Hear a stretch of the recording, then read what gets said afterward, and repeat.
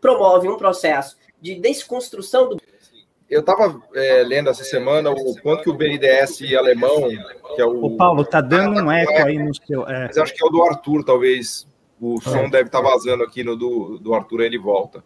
Vocês estão ouvindo o eco agora ou não? Não. Acho que era lá. Eu estava vendo o dado de quanto que o KfW, que é o BNDES alemão, gastou ano passado, mais de 100 bilhões de dólares, né? E eu até queria pedir para o Wallace e para o Elias falarem daqui a pouquinho um pouco do... A gente, antes do programa entrar no ar, a gente estava contando a quantidade de bancos nacionais de desenvolvimento e de bancos públicos que tem na Coreia e na China. Porque as pessoas têm uma ilusão de que só existe BNDES no Brasil, né? Então, se a gente olhar de verdade os bancos públicos que tem no mundo todo, os Estados Unidos, o Exim Bank, que é o Exim Bank, que financia exportação e importação, o KfW alemão, com mais de 100 bilhões de euros desembolsados no ano passado, e na China e Coreia, não vou nem falar, porque eu vou pedir para o Wallace e o Elias falarem daqui a pouco. Mas o registro que eu queria fazer aqui, Arthur, primeiro, um prazer enorme estar conversando com você aqui no programa, né? Eu tenho falado muito com o Arthur praticamente todo dia por conta do programa que a gente desenvolveu, que foi iniciativa do Arthur, liderança do Arthur, que é o Missão Desenvolvimento, né? Que é um podcast semanal, todas as quartas-feiras. Para quem tiver curiosidade depois de olhar, os programas já estão lá no site, que é www.missãodesenvolvimento.com, que foi algo idealizado e feito sob a batuta do Arthur, que procura mostrar o desenvolvimento econômico a partir de uma ideia de missão, né? Uma missão que engloba não só as empresas privadas, mas a sociedade como um todo, os bancos públicos, o Estado, e que, obviamente, que o BNDES tem um papel fundamental disso, né?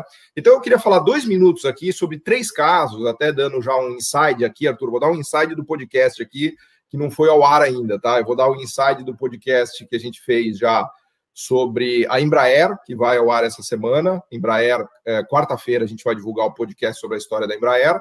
E eu vou dar o inside também do energia eólica, né? Que é um outro caso super interessante também. E o das vacinas, vocês já encontram lá, tem um podcast do papel do BNDES na indústria farmacêutica brasileira e nas vacinas. Mas o que eu quero dizer com tudo isso? Eu vou dar 3 exemplos muito simples de por que o BNDES é essencial. Porque quem está nos assistindo pode perguntar, mas para que a gente precisa do BNDES se a gente tem os bancos privados? Por que o BNDES não se transforma num banco privado como outro qualquer e financia o Brasil, as empresas? E é exatamente esse o ponto. Então, eu vou dar 3 exemplos para as pessoas entenderem de maneira muito clara e muito simples de por que o BNDES é essencial e por que os bancos privados não fazem o que o BNDES faz. Primeiro exemplo é o da Embraer. Final dos anos 90, a Embraer estava numa situação muito grave, ela estava para quebrar, né? Ela foi privatizada, ela sofreu muito na década de 80 com hiperinflação, fez um projeto errado, que foi um projeto que não deu certo junto com os argentinos, estava numa situação delicada, só que ela tinha muita tecnologia, muito know-how, e ela vinha desenvolvendo os jatos regionais de tamanho um pouco maior, que era um mercado super promissor, estava competindo com a Bombardier, tinha chance de ganhar um contrato, né, para fornecer, se não me falha a memória para a American Airlines, né? Ela precisava de alguns bilhões de dólares para financiar a construção dos aviões, para vender para a American Airlines. Vejam vocês que interessante, ela estava no páreo, ela ia bater a Bombardier, que é a canadense produtora de aviões, ia produzir jatos regionais para entregar para a American Airlines. O que ela fez? Foi conversar com o Itaú. O que o Itaú falou? O quê? Empresa brasileira fazer avião para vender para a American Airlines? Tô fora. Foi falar com o Bradesco, mesma coisa. Conversou com todos os bancos privados, os caras falaram, você tá louco? Você acha que eu vou financiar empresa brasileira fazer avião para vender para a companhia americana? Tô fora. Bom, quem financiou, e a Embraer virou a potência que é, o BNDES. O BNDES tomou o risco que os bancos privados não quiseram tomar. Os bancos privados não são malvados, eles fizeram um raciocínio de custo-benefício e falou, cara, a empresa brasileira fazendo avião para a companhia americana, não. Vou colocar o dinheiro na Selic, que está pagando 20% ao ano, né? Então, os bancos privados, né, fecharam a cara na porta da Embraer. E a Embraer só deu essa virada fantástica, por quê? Porque ela teve o financiamento do BNDES. Então, o BNDES apareceu ali com um recurso, tomando um risco que nenhum banco privado ia financiar. Segundo exemplo, energia eólica. O Brasil hoje tem 10% da energia sendo produzida com os parques eólicos construídos no Nordeste, principalmente. A gente produz mais energia eólica do que Itaipu, para vocês terem uma ideia. Quem financiou a construção desses parques eólicos? Um banco chamado BNDES. Por quê? Porque o BNDES tomou o risco de financiar uma construção no parque eólico né? Diz que está ventando muito lá no Nordeste por conta desses ventiladores. Não. Na verdade é que os ventos alísios é que fazem a porra do ventilador virar, né? Os bancos privados brasileiros olharam e falaram, não, peraí, isso aí tá meio esquisito. Você quer financiar uma turbina eólica no Nordeste que vai girar com o vento alísio e eu vou botar o meu dinheiro bonitinho aqui, do Safra, do Bradesco, do Itaú, nisso aí? Não, isso aí é muito arriscado, não vou fazer isso aí, não. Vai, eu vou colocar uns 5%, vou colocar 10%, vou dar um choro, porque é uma tecnologia verde, limpinha e tal, então eu vou dar um Pega chorinho. B, né? Pega B.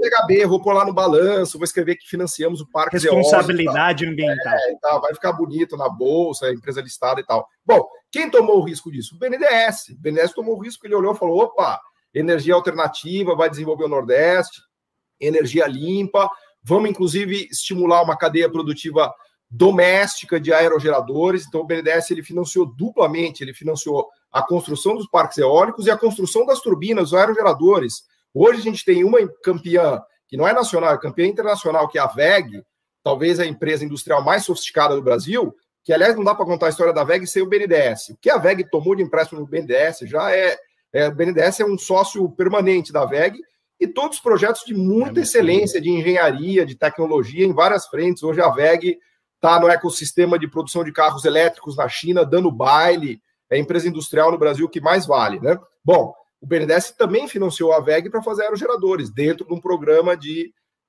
financiamento de energias alternativas. Então, o BNDES tomou um risco que os bancos privados não tomaram.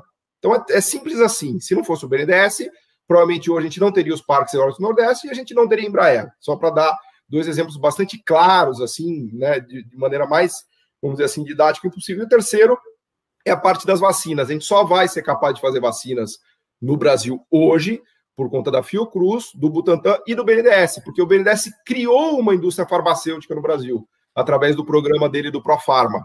Então, nenhum banco privado queria financiar novas empresas de medicamentos no Brasil para entrar em áreas tecnológicas muito difíceis, com quebra de patentes, numa área muito pantanosa vamos dizer assim, do comércio internacional. Os bancos privados se retraíram, como sempre. O banco privado, o negócio dele é pôr dinheiro em título público, cobrar 25% ao ano da empresinha que está ali para quebrar, ficar com sobrecolateral de 3 vezes e, de preferência, imobiliário. E pegar recebível, fazer antecipação de recebível. Eu trabalho no mercado financeiro, estou dando um inside aqui, um off aqui, como diria o Elias, né? Isso aí, pessoal, não vai desenvolver país nenhum. O que desenvolve país é ter Embraer, é ter WEG, é fazer parque eólico, é produzir vacinas, medicamentos. Então, esta é a função do BNDES. O BNDES está aqui para fazer coisas que o setor privado não faz. E ele não faz no Brasil, não faz nos Estados Unidos, nem na Coreia, nem na China, nem na Alemanha. Isso é normal. Aliás, o velho Keynes dizia, o Estado ele tem que fazer coisas que o mercado não faz. O mercado não faz porque a análise de risco-retorno do mercado não vai dar um cálculo satisfatório. Então, deixa o mercado fazer o que ele faz e deixa o Estado fazer o que ele faz. Então, e aí, Arthur, assim, realmente te parabenizar, porque assim, eu já admirava o trabalho do BNDES, mas fazendo esse programa agora, o Missão Desenvolvimento, assim, o baú de tesouro de técnicos e de conhecimento tecnológico que a gente tem lá é fantástico. Assim, a sociedade brasileira não tem ideia do ouro tecnológico que a gente tem no BNDES, nas redes produtivas ligadas ao BNDES. Então, vocês não precisam acreditar em mim. Basta vocês... A gente acredita. Inclusive, Arthur, eu não sei se você conhece, mas essa é a persona do nosso Paulo Bazuca.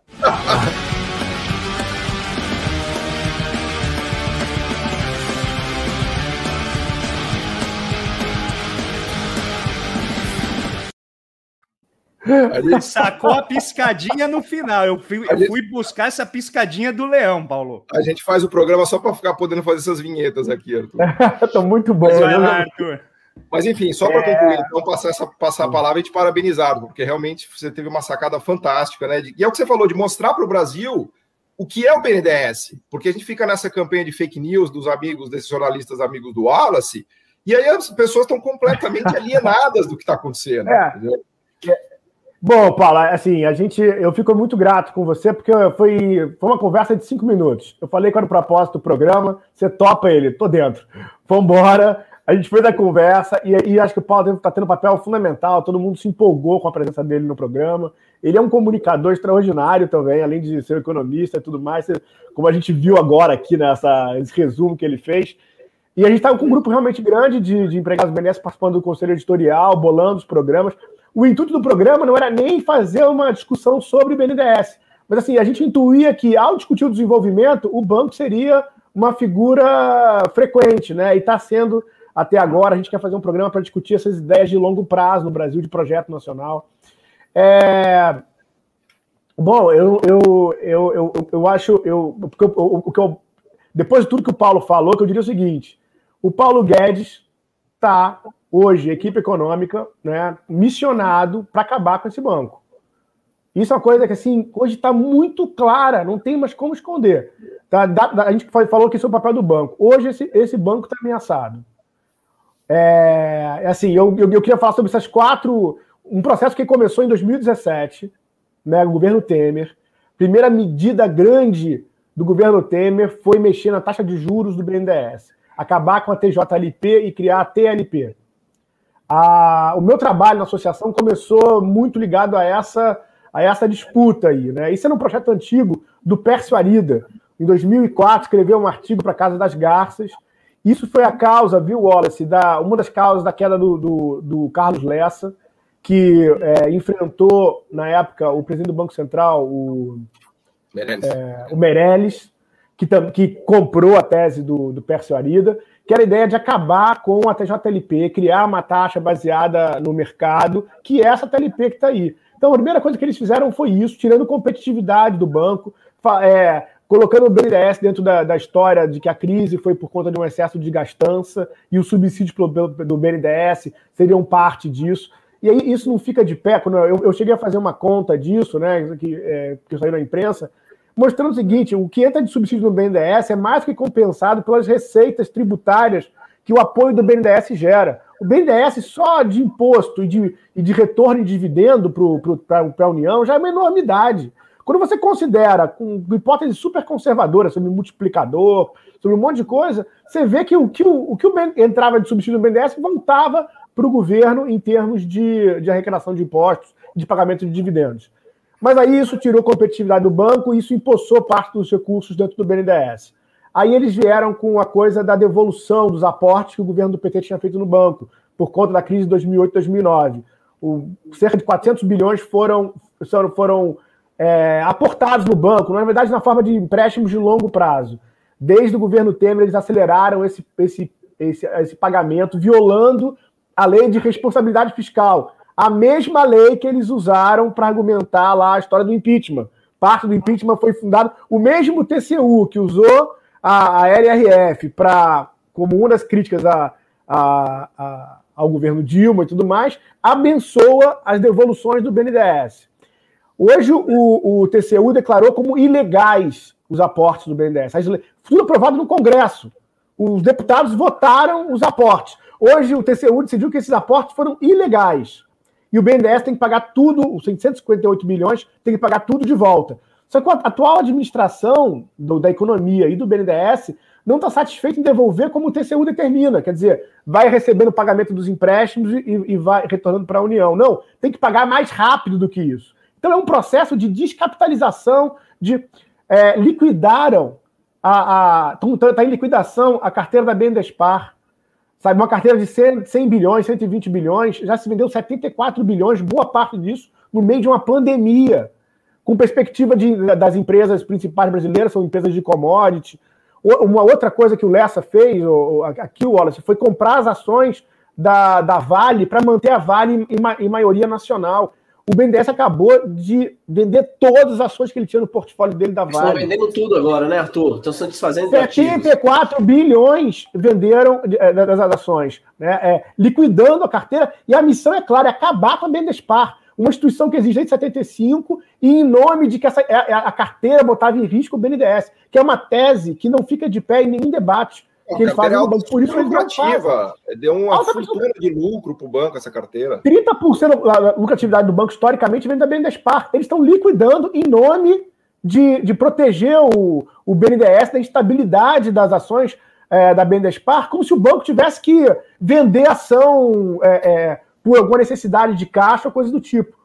Vendendo as ações, o dinheiro ficar parado, eles dizem que é para botar em investimento social, o dinheiro fica parado no caixa, requentando lá para eles poderem devolver para Brasília. Né? Arthur, e finalmente é o seguinte, Arthur, só colocar que a Mariana Mazzucato, no livro Estado Empreendedor, utiliza o BNDES como um exemplo dessa nova forma de o Estado intervir, entre aspas, na economia de uma maneira produtiva e olhando para o futuro, que é exatamente o BNDES-PAR, né? Que é você comprar participação nas empresas para o banco ter ali uma participação e ajudar a empresa a continuar crescendo. A ação da Embraer, que o Paulo falou, a primeira ação foi via BNDESPar, foi via compra de ações. Então, assim, é um instrumento que serviu para várias coisas. Ele foi criado no segundo PND, desde 75 existe. Não há notícia de que a BNDESPar colocou o banco sob nenhuma ameaça. O Banco Central fiscaliza o banco. A Embraer falou, vende a BNDESPar. Né? A Embraer ganhou fez muito dinheiro para o banco. Claro. A JBS fez muito dinheiro para o banco também. Quer dizer, o banco tem uma história de bem-sucedida. O dinheiro da BNDESPar. Essa história também, né, de que o Mansueto falava isso direto, né? Não, olha que desperdício. O Brasil, em vez de fazer infraestrutura, ficou virando sócio de empresas. Os investimentos da BNDESPar não tem nada a ver com subsídio. A BNDESPar investe nas empresas com o lucro que ela faz, com o resultado da carteira dela. Ela não usava dinheiro da TJLP para aplicar. Era o próprio recurso dos rendimentos, dos lucros da BNDESPar que eram usados para fazer as aplicações. E, finalmente, assim, só para passar um geral de... Arthur, você vai ganhar a vinheta, viu? Vinheta Arthur Lança-Chamas. Em toda medida importante do governo, reforma da Previdência, PEC 186, o Paulo Guedes coloca lá o fim dos repasses constitucionais para o BNDES. O BNDES está citado na Constituição de 88 por conta do FAT, né? São os repasses do PIS-PASEP para o BNDES. Eles tentam, em toda lei, coloca lá, não tem nada a ver com o BNDES, coloca lá um jabuti para acabar com os repasses constitucionais na base do que se colar, colou.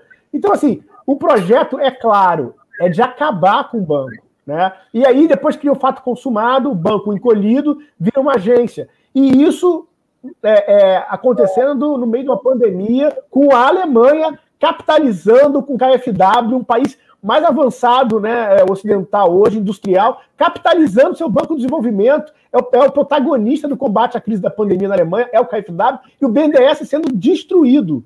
Assim, é uma coisa que deveria indignar todo mundo. Assim, muito Quero chocante. Só compartilhar aqui essa tela que vem do artigo do Hernani Torres e também do Norberto Martins e do Macaíba, também estamos esquecendo, e eles mostram aqui na linha laranja como os desembolsos do BNDES vêm caindo, né, com o tempo, só para a gente ver uma imagem do que é esse processo, né, de desmonte.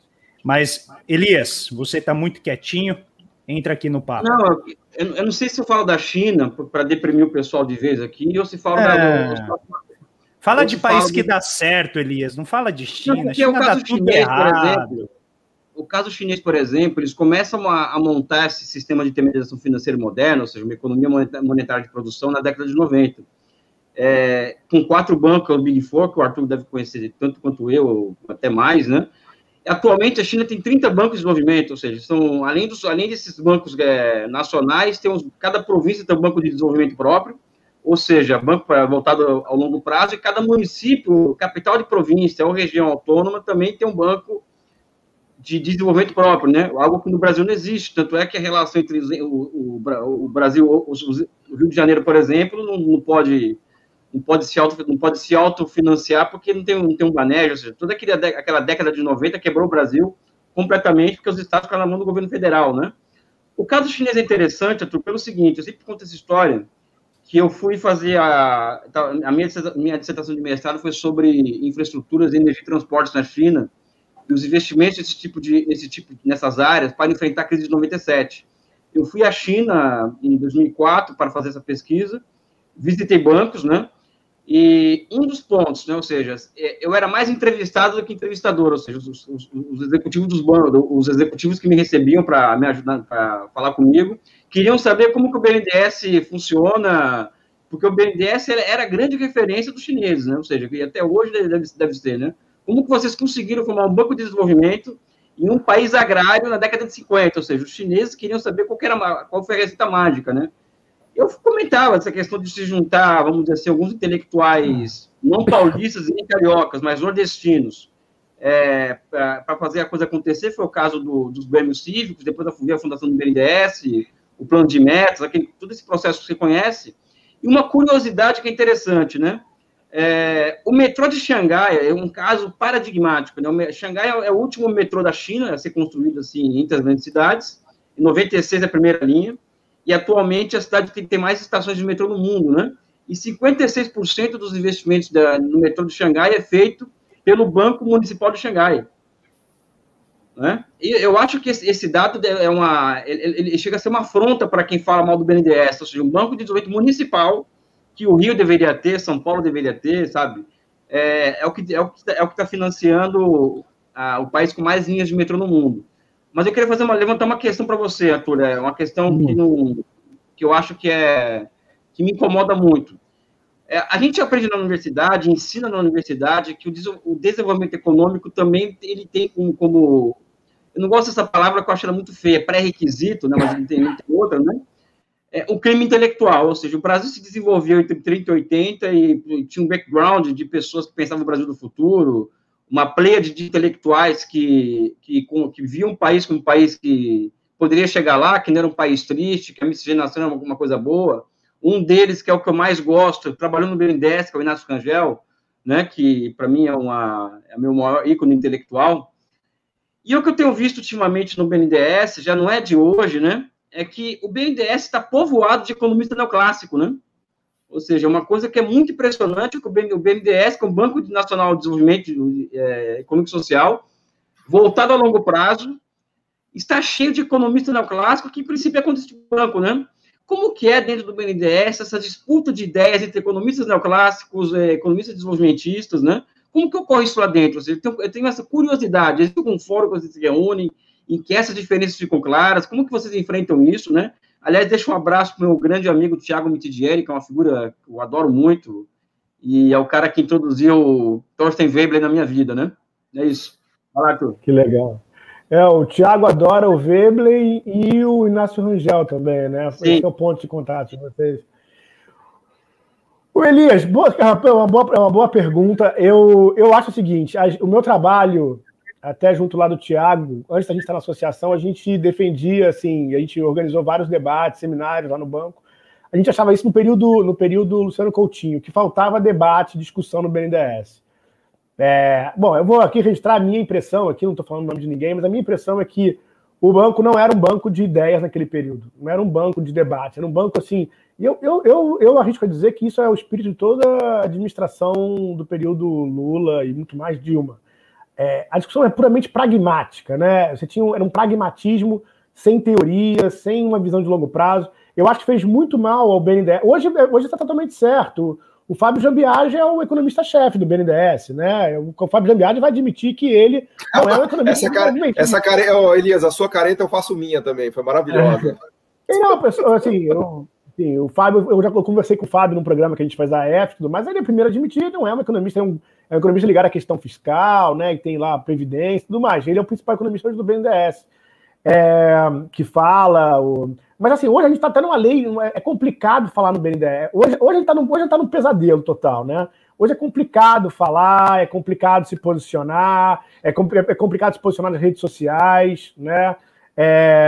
Mas mesmo no período de liberdade, a coisa não era de grandes debates. Eu acho que o período ali foi uma perda, e eu acho que essa é uma das coisas que a gente tem que, num próximo governo mais democrático, progressista, popular, tem que resolver. Assim, a gente tem que entrar no debate. Falta uma teoria sobre a atuação do BNDES, que eu, nas minhas pesquisas, assim, estudando por sentir falta disso, eu fui encontrar, principalmente nessa Alice Armsden, que o Paulo me disse que é a professora da Mazzucato, né?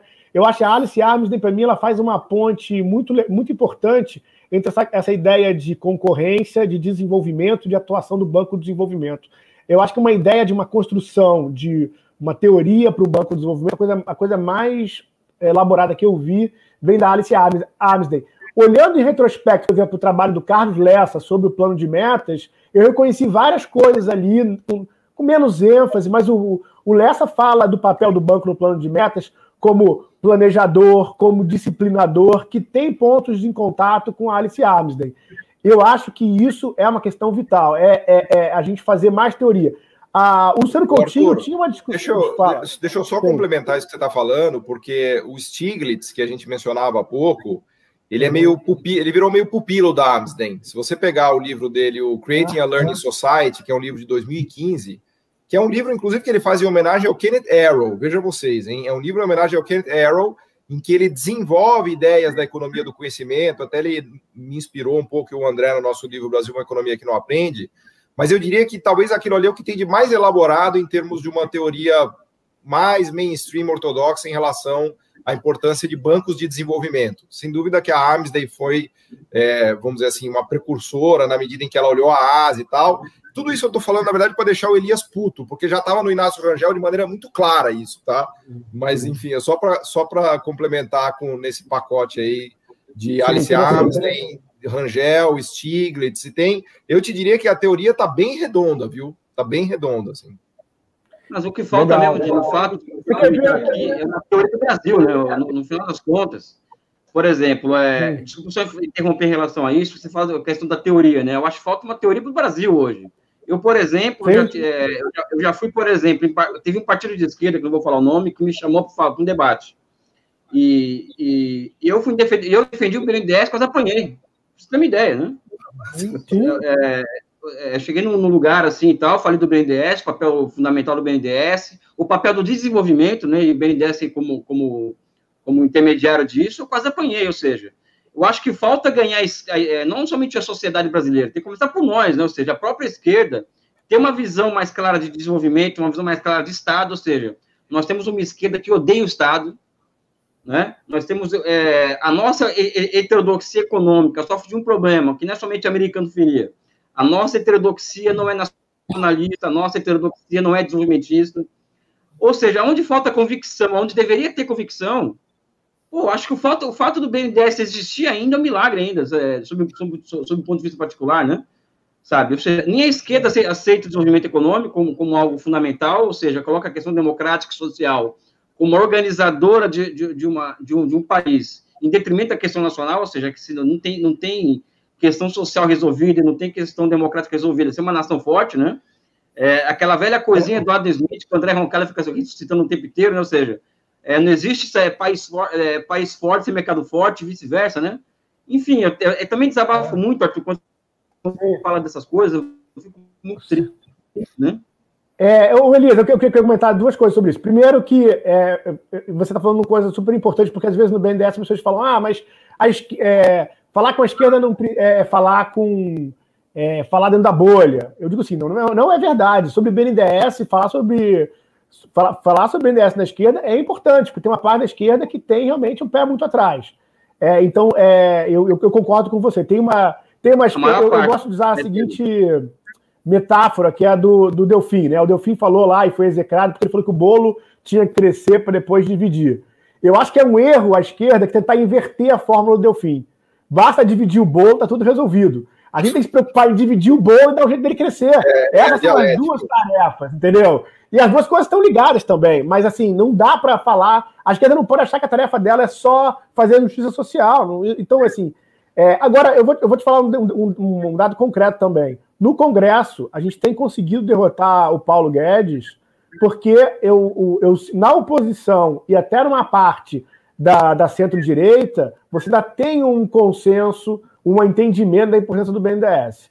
Então, a gente tem conseguido, o governo tem tentado sistematicamente atropelar o Congresso, e a gente tem conseguido um apoio para segurar e defender o banco. Então, eu acho que, para dar um sinal de uma coisa otimista, ainda há possibilidade de criar, eu acho, uma frente no Brasil em nome da ideia de desenvolvimento, entendeu? Ainda há interesses industriais, ainda há interesses nacionais e os interesses populares, né? Os sindicatos também se posicionam fortemente em relação à BNDES, e eles o tempo todo, os liberais, estão cantando sindicatos, os setores da esquerda, para falar, o BNDES é sobre concentração de renda, né? Não é dinheiro para o pequeno. Então, eu acho que a gente tem conseguido, nessa luta, uma prova de que é possível criar uma frente em defesa dessas coisas, dessas questões. Ô, Arthur, André, posso fazer um comentário? Por favor. Sobre essa questão da construção teórica, cara, vocês citaram a Alice Amsley, né? Uhum. A obra da Alice Amsley, ela é de extrema relevância, né, para a gente discutir, por exemplo, eu acho que ela tem um arcabouço não apenas para os bancos públicos, né? É para se pensar uma economia de industrialização tardia e que o papel do Estado em distorcer preços relativos é essencial. E a esquerda, os movimentos progressistas, têm muito medo de falar sobre isso, né? Que é papel do Estado, sim, porque as condições de competitividade, de economias de industrialização tardia não são as mesmas de países que já têm uma estrutura industrial madura. E o BNDES, portanto, ele exerce um papel essencial nesse processo, como também, né, os bancos públicos, aí pegando ela, estudou o caso da Ásia e o caso da Coreia do Sul, eu uso muito a Alice Amsley nos meus trabalhos, né, porque ela entendeu o papel dos bancos públicos. Vou interromper. Faz a propaganda do nosso curso aí que a gente vai abrir matrículas na outra semana. Tinha esquecido completamente, agora entrei e dei uma de marqueteiro aqui, depois vocês me xingam, André. Deixa eu... Não, eu ia lembrar ao final, já estava com ela engatilhado aqui. Vai lá, então, Wallace. Assim, por exemplo, ela entende, na minha tese de doutorado, nos meus trabalhos, eu chamo isso de uma estratégia de centralização financeira. E veja uma coisa, Arthur, como que as instituições internacionais, elas fazem oposição à existência de bancos públicos em países que estão fugindo da condição de periferia. Por muitos anos, a OCDE e o Fundo Monetário Internacional pressionaram a todo instante a privatização do KDB na Coreia, que é o Banco de Desenvolvimento Econômico. Na crise nas reformas do início de 93, no governo de Kim Il-sung, né, a OCDE foi uma das exigências da OCDE privatizar o KDB, o principal banco de fomento da Coreia. Porque na Coreia... É medo isso, chama medo. Então, mas na Coreia você tem 7 bancos segmentados. Um pouco, a China tenta imitar um pouco a Coreia, viu, Elias? A China é brincando.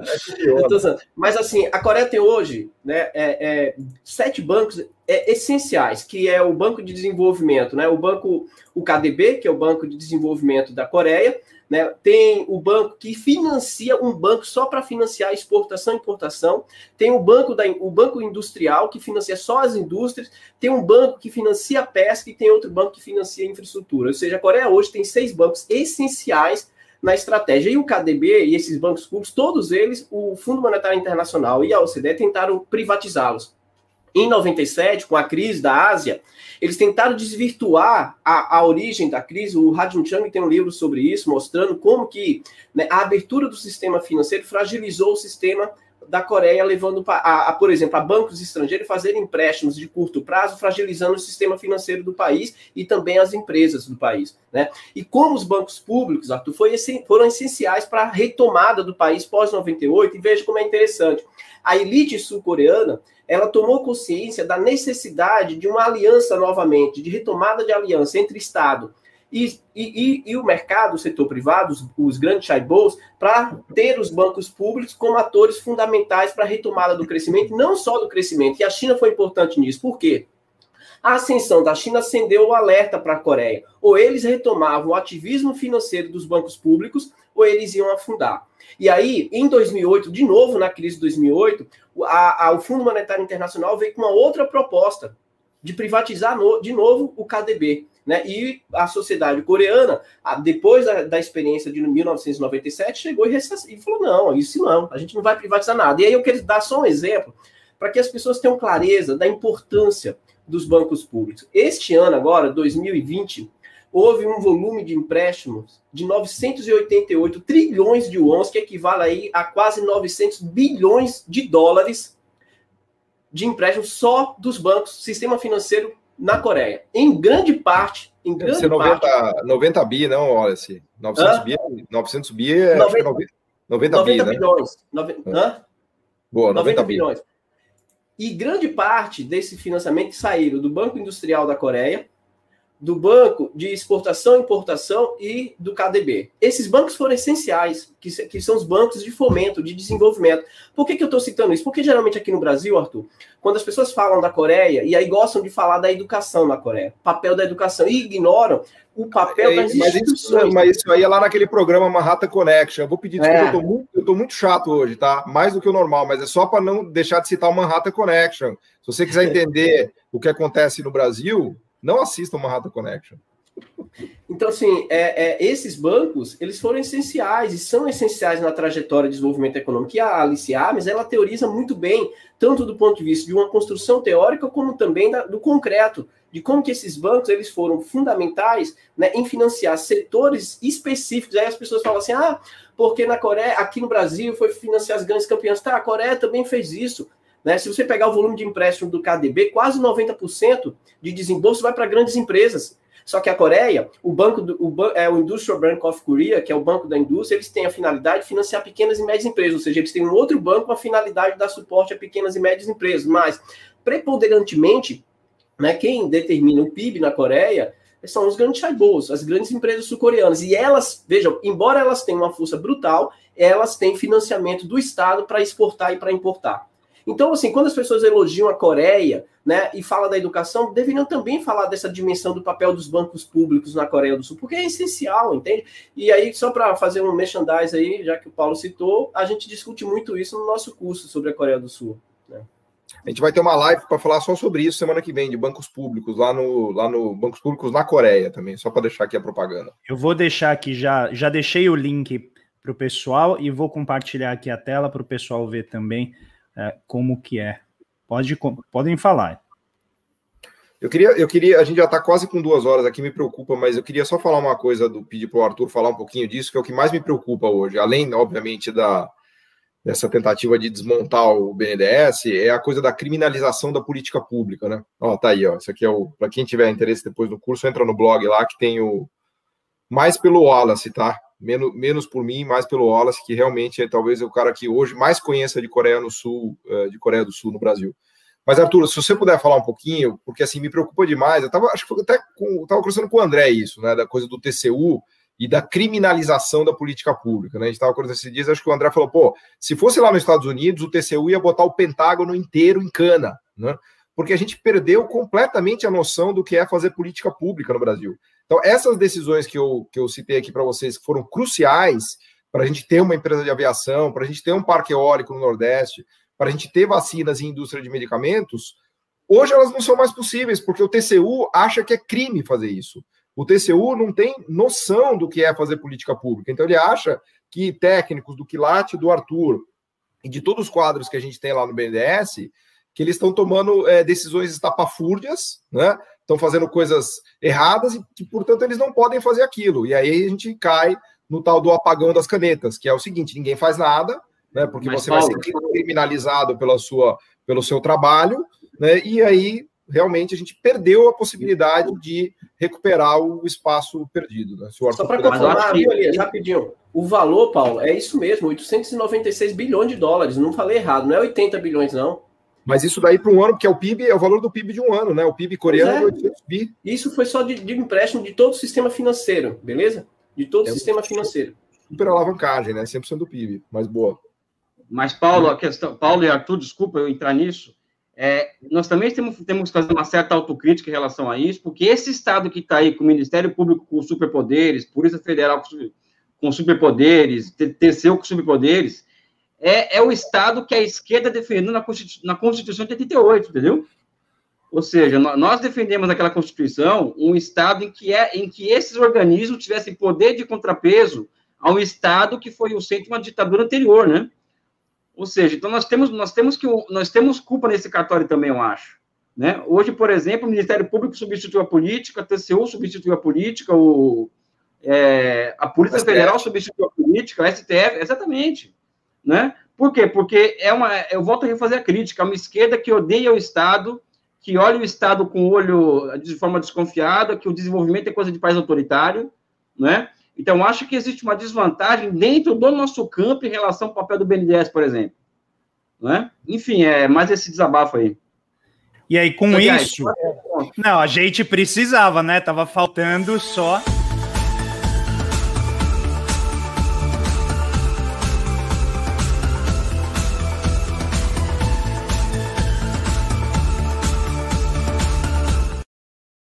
E foi o raio jaburizador aqui. Eu perdi um pouco o timing na outra. Mirou no Arthur ali, ó. Só, Arthur, deixa eu complementar aqui a colocação do Elias. E eu acho que é importante a gente dizer isso, porque eu toda semana, né, eu recebo comentários de que eu estou promovendo ditaduras aqui, né? Então falo que ao trazer, né, o Elias para discutir, né, China, discutir Coreia do Norte, que eu estaria albergando, então, promotores de ditadura. Mas o que a gente tem visto nessa grande democracia que nos marca, né, em que 90% da população ganha menos de R$5.000 e que a gente tem aí a média das pessoas ganhando R$400, né, por mês, essa democracia fantástica em que as pessoas morrem de fome, e a gente viu essa semana pessoas vendendo panelas para comprar pé de galinha para poder se alimentar até o final da semana, essa grande democracia em que a gente tem um extermínio em massa, né, da população negra e o encarceramento em massa da população negra, eu tenho que escutar, além disso, que vários acadêmicos universitários, pessoas que estão no serviço público, estão sofrendo perseguição do governo, né?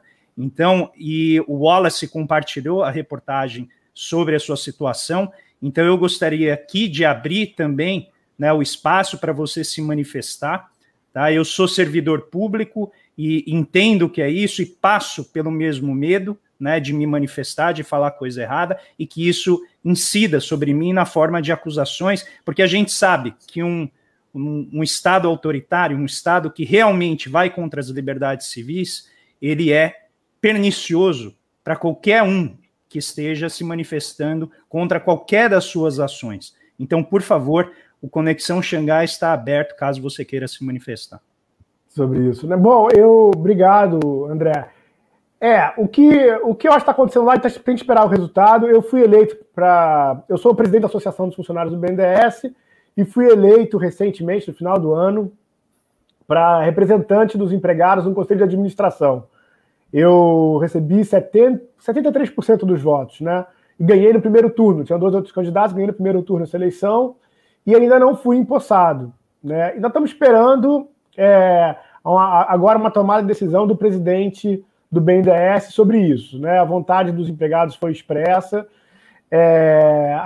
Apareceram algumas alegações aí que a gente está querendo saber se ele vai levar elas em conta ou não para a gente tomar algum tipo de medida posterior e tudo mais. Eu acho que é muito sério, porque obviamente que eu entendo que eles não gostem de me ter como conselheiro, eu tenho sido um crítico da diretoria, mas eu fui eleito com uma plataforma crítica, apontando os problemas como esses, da liquidação da BNDESPAR, como o problema da devolução dos recursos para o Tesouro, e a grandíssima maioria dos empregados votou em mim, né? É uma eleição como não teve antes, né, para esse caso lá. Eu estou confiante que a gente vai conseguir uma solução para esse negócio, mas depois espero contar com um programa, caso isso não aconteça, para entrar em mais detalhes sobre esse problema. Eu acho que a gente tem uma questão de democracia política e democracia social. O Brasil certamente não é uma democracia social. É um dos lugares mais injustos do mundo, está ligado ao passado escravocrata e tudo mais. Agora, a democracia política sempre foi um negócio tão difícil de conquistar no Brasil, é um negócio ainda tão exceção, que eu gosto de resgatar a noção de que há democracia aqui. Enquanto tiver, a gente tem que usar o máximo espaço que ela permite para a gente poder debater, defender, esclarecer as pessoas. Nessa coisa do TCU, eu vou falar sobre uma área que eu conheço muito pouco, mas a minha impressão, acompanhando o que eles têm feito até agora, é o seguinte: combater a corrupção é fundamental, eles existem para isso, tem que fazer esse trabalho deles, eu acho que isso é a parte desejável, talvez quem deu esses poderes para eles na Constituição de 88 tinha isso em vista. O que o TCU não pode confundir, na minha opinião, é uma visão que os liberais disseminam muito. Vi um debate que teve na revista Piauí entre o Marco Lisboa e o Haddad. Chega lá para as tantas, o Lisboa fala com todas as letras. Um Estado intervencionista é um Estado corrupto.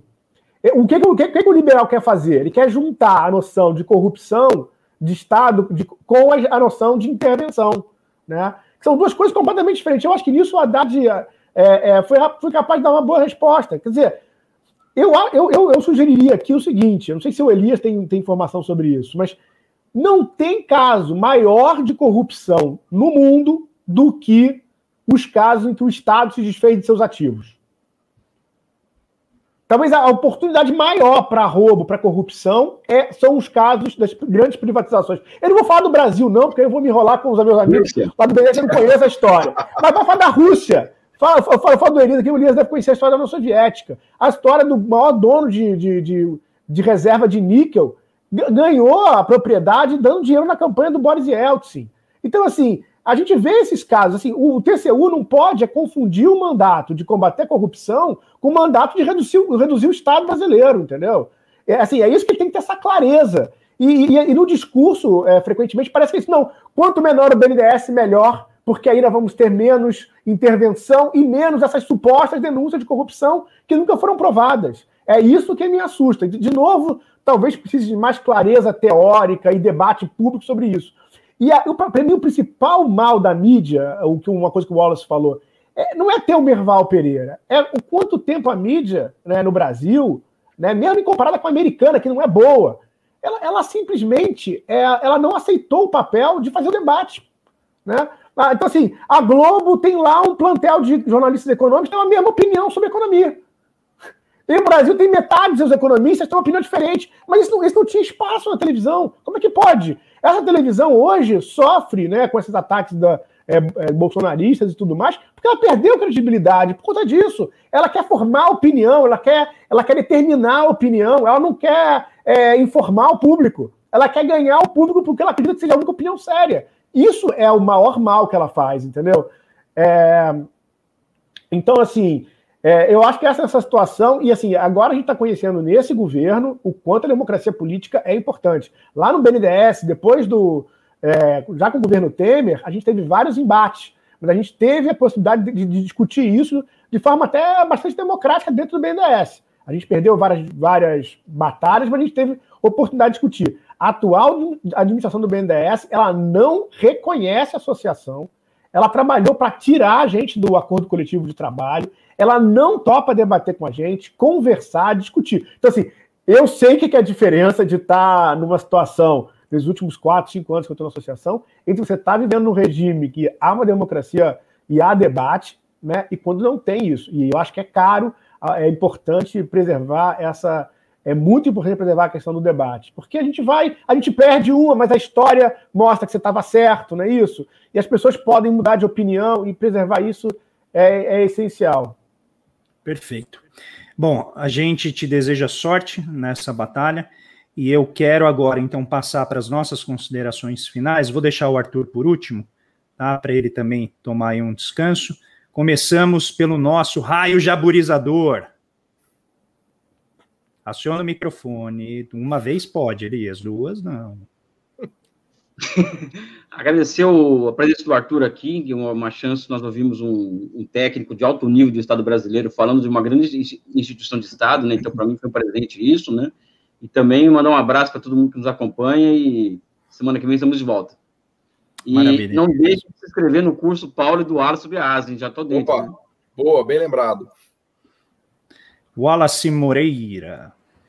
Eu quero agradecer o privilégio de participar aqui do programa, mais uma vez, sempre para mim é um prazer muito grande, e de ter ouvido o Arthur, né? Eu acho que eu sou um entusiasta muito grande dos bancos públicos, em particular do BNDES, né? O surgimento dele nos anos 50, com Vargas, o papel que ele exerce na economia brasileira e tendo como referência o papel que os bancos públicos tiveram no processo de desenvolvimento da Coreia do Sul, eu acho que sem banco público, né, sem o BNDES, é impossível a gente pensar em catch-up tecnológico, em avanço de estruturas produtivas. Então, eu exalto muito o papel do BNDES, exalto muito e admiro muito figuras como a do Arthur, que é um defensor árduo do papel do banco, né, e está aí na militância, com coragem de enfrentar, né, embora com essa conjuntura completamente desfavorável. E termino aqui convidando as pessoas, eu e o Paulo, a gente vai fazer várias lives essa semana, né, para falar sobre o curso. Então, se vocês puderem nos acompanhar nas lives, estão todos convidados. Sempre à noite, a gente vai divulgar isso nas redes sociais. Valeu? Maravilha, Wallace. Eu vou deixar também o link aqui nos comentários, fixado no topo do vídeo, tá bem? Paulo Gala. Eu só agradecer o Arthur por ele ter vindo aqui, nos dar a honra aqui da presença dele, parabenizar ele por esse trabalho fantástico que ele está desenvolvendo, né? Quando ele conversou comigo para a gente pensar num programa para falar sobre desenvolvimento, também falar sobre BNDES, eu topei na hora, né? Porque eu acho que realmente é uma questão fundamental para o Brasil entender esses temas, debater esses temas, né? E desde sempre o Arthur falou comigo, Paulo, a ideia é a gente debater, levar para a sociedade, mostrar os projetos, mostrar o que foi feito, pensar tudo de forma aberta, debater de maneira franca, exatamente nesse espírito totalmente democrático e transparente que ele tem colocado aqui. E ao mesmo tempo que é incrível ter uma pessoa como o Arthur e os 2.000 funcionários que a gente tem no BNDES, se eu não estou vendo aqui na conta, é triste pensar que na China a gente tem 1 milhão de pessoas, ou 2 milhões de pessoas desse calibre, desse gabarito, e que são valorizados como os grandes profissionais que pensam o país, que pensam o planejamento público, que pensam o espírito público, né? Enquanto que no Brasil a gente tem 2.000 que são guerreiros, que estão lutando, né, numa situação de quase censura, por fazer algo que é o que tem de mais nobre no país, que é pensar o futuro do país, planejar o país, algo que uma pessoa na iniciativa privada faz, mas faz de maneira marginal, acessória. Uma pessoa na iniciativa privada, ela ganha dinheiro, nenhum mal nisso, né? Ela tem que sustentar a família dela, pagar o leite das crianças, tudo bem. Mas ela não está pensando no país. Quem está pensando no país são os servidores públicos, eles servem o país, né? Então, é muito legal a gente ter o Arthur aqui. O Arthur, conta com a gente para o programa, para o Missão Desenvolvimento, para outras missões. Você está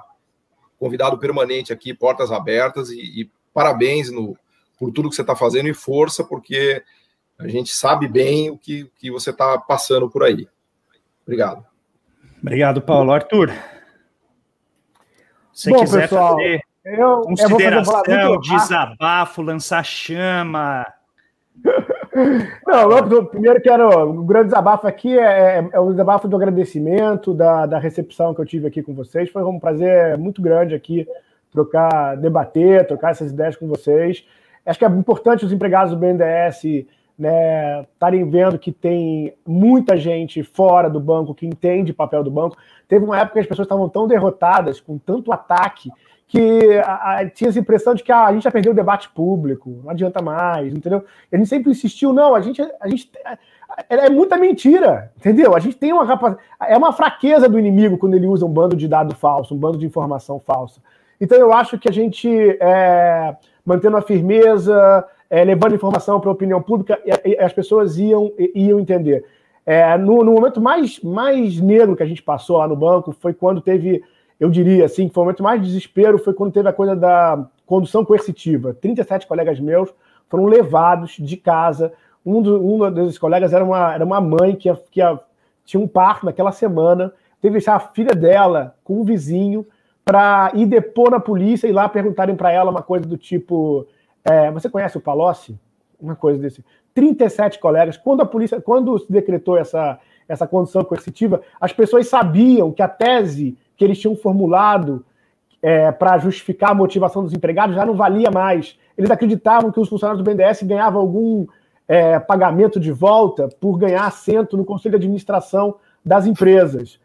E, na verdade, os funcionários do BNDES, quando estão no Conselho de Administração das empresas, não ganham nada para isso. A primeira coisa que eles fazem é renunciar ao pagamento para o Conselho de Administração das empresas para que eles são nomeados. Então, isso não teve nenhum fundamento, e nesse momento de desespero, a diretoria, na época da Maria Silvia, né, disse para a gente: cuidado com o Jornal Nacional, vocês não podem sair lá para fora. E os empregados do banco empunharam o crachá para mostrar que todo mundo tinha orgulho de trabalhar no banco. E eu acho que isso teve um efeito enorme na mídia na época. Até hoje é o nosso símbolo, todo mundo na frente do BNDES empunhando seu crachá, porque as pessoas têm orgulho de trabalhar lá. As pessoas, eu acho que o BNDES ele sobreviveu esse período mantendo pessoas motivadas, em condições de trabalho legal. Acho que tem colegas muito talentosos lá e as pessoas têm orgulho de trabalhar no banco. Eu espero ajudar para que essa causa do BNDES seja percebida como uma causa nacional. Eu acho que o Brasil não pode perder a mão disso. Eu trabalhei com essa coisa de integração, eu recebi muitos argentinos aqui no Brasil, eles queriam formar na época do governo Kirchner um BNDES lá na Argentina, e não conseguiram. Não é uma construção institucional trivial montar um banco de desenvolvimento com uma cultura de honestidade e por tanto tempo. Então, eu acho que é uma questão estratégica para quem pensa no futuro do Brasil, para quem pensa num Brasil socialmente democrático, um Brasil desenvolvido, preservar o BNDES. E hoje aqui vocês me ajudaram a gente fazer um debate aberto com as divergências que podem ter sobre esse tema, mas mostrar esse caso para as pessoas, né? Quanto essa é uma questão fundamental. Então, eu agradeço muito vocês aqui, em nome também dos empregados do banco, por essa oportunidade. Maravilha, Arthur. Muito obrigado. Eu sempre termino os nossos programas colocando a sabedoria mais alta, que é a sabedoria da poesia. E nessas 3 semanas, eu vou dizer como vocês me apurrinharam para eu fazer uma vinheta, né, para mim, porque eu fiz para os outros. O André, rapidinho, você me permite só um comentário? É coisa claro. Rápida. O que o Arthur citou, cara, esse negócio de prisão de funcionário é mais um exemplo do efeito, né, que a Lava Jato teve no país. A forma como a corrupção foi tratada no país. E isso merece um amplo debate. Espero que a gente faça isso aqui em breve, entendeu? Porque esse discurso moralista, canalha, de um monte de pilantra da Lava Jato, né, que está fazendo fortunas com consultorias depois de ter prendido pessoas. É hora da minha vinheta, para. Não, só. A sua já foi, já foi. Não, é porque, assim, cara, isso da Lava Jato ter prendido, ter humilhado, cara, funcionários públicos, sabe? Foi muito revoltante. Desculpa, Não, eu acho que é importante salientar isso, minha fala foi nesse sentido, e eu acho que o nosso papel é esse. O nosso papel é levantar essa bandeira e colocar sempre que necessário, né, essa discussão. Então, reforço, né, Arthur? Sempre, não apenas o Arthur, como outras pessoas que eventualmente estiverem nessa situação de defender patrimônio público, né, está sendo perseguido por conta exatamente, né, de alguma dificuldade sendo imposta de dentro, o canal está aberto, tá? Mas voltando, vocês me mandaram tantas mensagens e fazer para mim era mais difícil, né? Então eu fiquei 3 semanas pensando no que fazer, tá? Então aqui vai.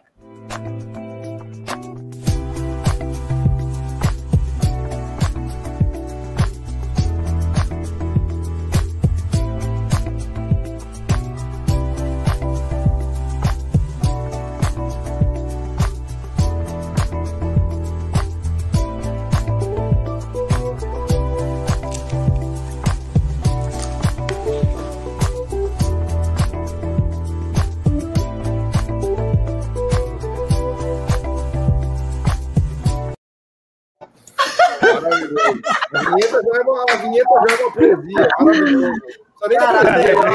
Na época do Leonardo, cara, entendeu? A melhor é aquela mão do invisível metendo a mão no bolso, isso. Cara, é muito bom. E o formato XNN no final, pra gente deixar claro. O André é todo galã, cara. Você ficou mais galã do que você já é, André. Mas é o estilo XNN. O cara é gato, hein, parceiro? Porra. Então, ó, para hoje, eu escolhi uma poesia. Eu escolhi uma poesia que para mim é muito, muito querida. Sempre que eu vou ao nosso ainda fechado Museu da Língua Portuguesa, é uma das minhas favoritas, que é a poesia, o poema Epigrama, do Gregório de Matos, poeta baiano aí, nosso querido Wallace, do século XVII. E eu peguei um trecho, né, dessa poesia que eu acho que ele fala muito sobre o que a gente está vivendo agora. Então, o que falta nessa cidade? Verdade. Que mais por sua desonra? Honra. Falta mais que se lhe ponha? Vergonha. O demo a viver se exponha, por mais que a fama a exalta numa cidade onde falta verdade, honra, vergonha. Quem a pôs neste socrócio? Negócio. Que causa tal perdição? Ambição. E o maior desta loucura? Usura. Notável desaventura de um povo nécio e sandeu que não sabe que o perdeu. Negócio, ambição, usura. E que justiça a resguarda? Bastarda. É grátis distribuída? Vendida. Que tem que a todos assusta? Injusta. Valha-nos Deus o que custa, o que ao rei nos dá de graça, que anda a justiça na praça, bastarda, vendida, injusta. A Câmara não acode? Não pode. Pois não tem todo o poder? Não quer. É que o governo a convence? Não vence. Quem haverá que tal pense que uma Câmara tão nobre possa ver-se mísera e pobre? Não pode, não quer, não vence. Meus queridos, deixo um grande abraço a vocês que nos acompanharam. Está cada vez melhor essa Deixo... poesia. Graças a Deus. Eu quero convidar todo mundo novamente para se inscrever no curso do Paulo e do Wallace. Bom, pelas amostras grátis que vocês têm aqui, imagino que não está no estoque, que esse pessoal aqui só mostra o que está na vitrine, né, no programa. Então, inscrevam-se no curso deles, eu vou deixar o link aqui afixado. E toda essa discussão que a gente fez aqui com o Arthur hoje, ela faz parte de um processo maior que a nossa sociedade está vivendo, de desestruturar as bases públicas da nossa economia, de desmantelar tudo aquilo que o Estado oferece de base de infraestrutura.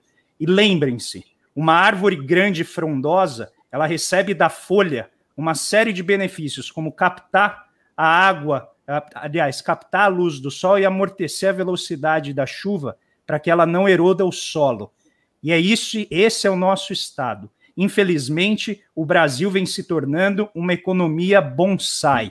A gente cria apenas empresas pequenininhas, que não crescem, que não ganham vida, e o BNDES tem um papel importantíssimo em garantir que as nossas empresas cresçam, que elas sejam como grandes árvores frondosas que alcançam cada vez mais alto no céu. Então, na terça-feira, a gente vai ter excepcionalmente a live de quinta antecipada e nós vamos discutir sobre esse processo de segregação do espaço social. O Brasil se tornou a lógica dos condomínios dentro do Palácio do Planalto e nós vamos discutir com o Roberto Andrés e a Bianca Tavolari, que são dois especialistas na área, né, de desenvolvimento urbano, o que tem se tornado o nosso país. Então, deixo novamente um grande abraço a todos e todas que nos acompanharam. Fiquem ligados aqui no canal, toda semana tem novidade. Inscrevam-se também no canal e no canal do Paulo. E Arthur, novamente, muito obrigado. Paulo, Wallace, Elias, um grande abraço. Boa semana a todo mundo, gente. Fiquem muito, muito bem.